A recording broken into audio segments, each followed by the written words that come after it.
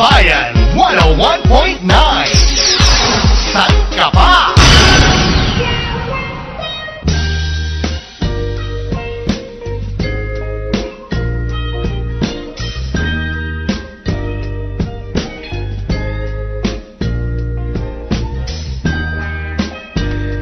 Hi, babe! Hi! Ba't basa yung upuan? Hoy, hindi oh. Oy, may... Sira ulo, hindi basa yun. Basa yung upuan ni Chacha. Yak. Ew. Medyo malagkit, babe. Sira ulo. Na-jebs ako. Najibs. Sa mga nagtatanong ha, mamaya mag-update po tayo ng mga balita tungkol sa lagay ng panahon. Na. Diba? Kung merong... Update pa. Siyempre kasama yan sa trabaho natin, di ba? Gina. Kailangan ipagbigay alam sa publiko, mga nagaganap sa buong Kamaynilaan. At Teka, ano yung tinitignan mo? Kino-close ko na. Mga shoes. Yung mga shoes. Bili mo ako. Dami mo ng shoes eh. Gusto ko pa ng mas marami. Bakit? Bakit mga babae mahilig sa shoes, no? Mga lalaki rin Marami na kanilang lalaki na mahilig. Mahilig sa shoes. Yep.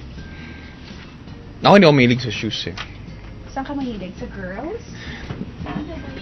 Lahat naman ng mga lalaki mahilig sa girls eh. Hindi lahat ng lalaki mahilig sa girls. Mahilig din sa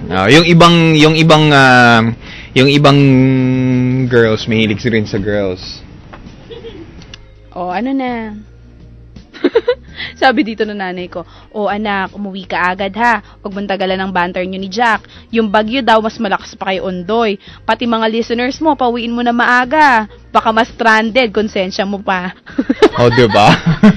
Mag-iingat ka, easy lang sa driving. Yan ang nanay, diba? Lurks! Oo, hindi na talaga mawawala yan sa mga sa mga Uy, nabasa mo yung mga magulang. comment ng yung sa Dear Hasmin? Oo. My God, salamat po. Sabi ni Hasmin, replay. mauulit ata mamaya. Yay! Parang nagpapaano siya na may magre-request kung ano ang gustong ulitin sa Dear Hasmin Kung? bukas. Syempre, ano pa ba? Maraming hindi nagre-request. Sabi ni Hasmin, kung meron daw request na may uuliting Dear Hasmin na story. Ano at bakit? Oo, kung ano 'yon. Tapos yun na ata ang patutugtugin nila mamaya. Uy, alam niyo yan. Mag-text na kayo sa mga hindi pa. Maraming nga maraming nga dun sa fan page na maraming nag-request na ulitin nga yung kay Sa atin. Yung Chloe kay Edwin. Kay Edwin at kay Chloe. Sabi ni Charlie. Si Edwin at Napakinggan mo ba? Uy, eto, Jack. Since walang pasok bukas, hindi rin po tuloy ang tambayan on the go. Oo, yung sa tambayan Tandang Sora Integrated School, 7th Avenue, Caloocan. I-reschedule na lang po kung kailan kami babalik dyan. Correct. So, wala pong tambayan on the go mamaya. Kasi Pero matutuloy yung yung mga estudyante walang pasok, magpuntahan pa rin doon. Wala rin po. Wala pong tambayan on the go mamaya. At, pero matutuloy yung No Other Woman. Ay naman! Dito tayo? Yes. Sino man na? Sasabay ka sa amin umalis. Mamaya. O, tutuloy ka doon. Baka dumiretso na lang ako ron. Okay. Pero pabalik, sasabay ako, syempre. Sabay na kami ni Jack pag uwi. Hindi, pwede ka manood. Anong oras pa board work mo yun? Ano pa panoorin ko? Si Christine Reyes. Naniniwala ka? May ako may parang, anong tawag? Titignan ko rin dito na pala sa harap ko. Naniniwala ka na dadami ang mga kabit dahil sa pelikulang yan? Hindi. Magkakaroon sila ng lakas ng loob. Tignan natin kung paano magta-twist yung story. Kung paano magti-twist yung story. Kasi nakikita natin parang parang hindi naman daw talaga yun yung ibig sabihin. May may catch. No Other Woman, ang ganda, ang dami makaka-relate. Kasi aminin man po natin o hindi. For sure, marami sa atin nakadanas ng lokohin at manloko. Correct. So, or hindi lang naman palagi ganoon ang kwento na niloko or nanloko. Meron din diyan yung nagpauto. Just. Hindi, yung kanta na yun yung It's Sad to Belong. Oo. Diba? It's sad To belong to someone else when the right one comes along. Yung ganon, di ba? Hindi mo alam, para mga palaka kayo, hindi sad to mo belong yung kalandian nyo pa rin yun. May mga karelasyon na kayo, pa sad to belong pa kayo. Di ba? Hindi, malay naman natin may mga ganon. Pero yun nga yung ano, yun nga yung dapat na pag-ingatan, yung pag nagdidesisyon kayo sa mga ganyan. Di ba? It's okay to wait. Di ba? Ako naniniwala ako sa ganon. Ako din. Patience is a virtue. Virtue talaga yan. Tsaka, ayan, tinan mo What is the essence of eto si beauty? Rochelle, nag-aantay yan. Nang? Hindi ko alam kung ano yung naantay niya. Pero, Apo niya babae. Apo niya pero babae. nag-aantay yan. Uy, nakasinelas din yan. Oh, Oo. At nakapalda. Naman. Oo, umupo, Mukhang kala mo paano siya lalaki. Mukha talaga. Presko ko, umupo no? Lamig. Jack, ano sinakyan Hindi mo? ka kaya kabagin yan. Jack, ano sinakyan mo papunta dito? Bus! Walang, hindi ka naman nabaha. Nung umalis ako ng mga 10 o'clock sa Parañaque, wala nang ulan. Hindi na bumuhos. Pero Ngayon, before ngayon, 10, bumubuhos.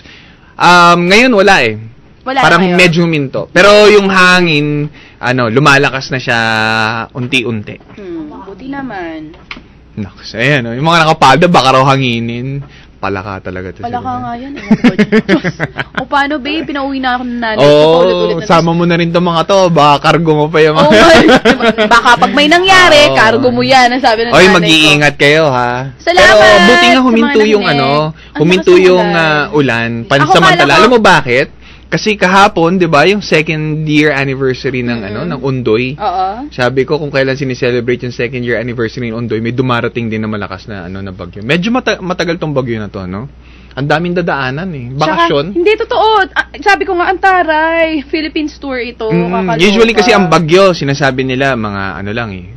2 days or 3. Wala na. Ito ang dami. Sobra. Eto hanggang Thursday. Sobrang tagal ng bagyo. Oh, hanggang Thursday. Pero sabi nga natin, 'di ba? Ihip Wala ng akong hangin 'yan. commitments. So pwede ring magbago. Oo, kasi hindi naman talaga natin, kahit yung mga gadgets nila, sobrang mamahal na and sobrang yung talagang bonggahan na, hindi Correct. pa rin nila ma-determine kasi mahirap hulihin kung saan talaga papunta Tsaka yung bagyo. tsaka diba? pwede namang dahil nga sa sa weather, pwedeng magbago in an instant. Katulad Naman. nung 'di ba yung kay Undoy, dapat sandali lang siya pero dahil sa may isa pang bagyo nagtagal.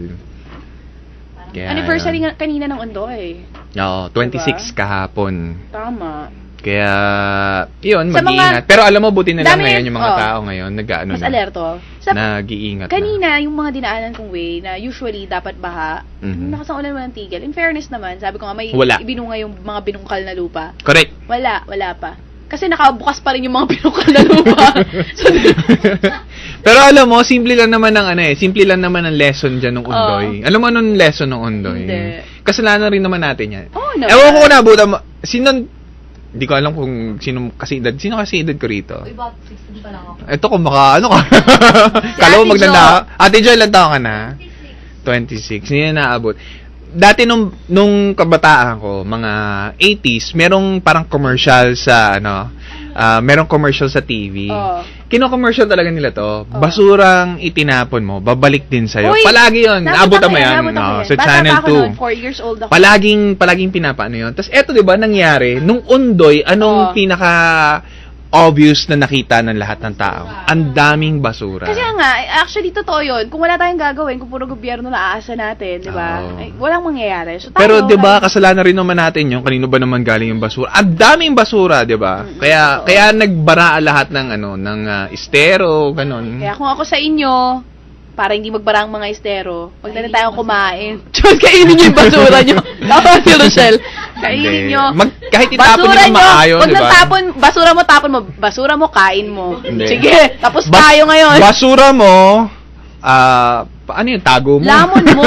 Lamon mo. Basura mo, tago mo. Oh. Sige na, Calabarzon. Bye-bye, Calabarzon, guys. Babushki! Ingat ka, Calabarzon. At syempre pa kasama niyo po Jack Mello. Dito lang po yan sa Tambayan 101.9. San ka pa?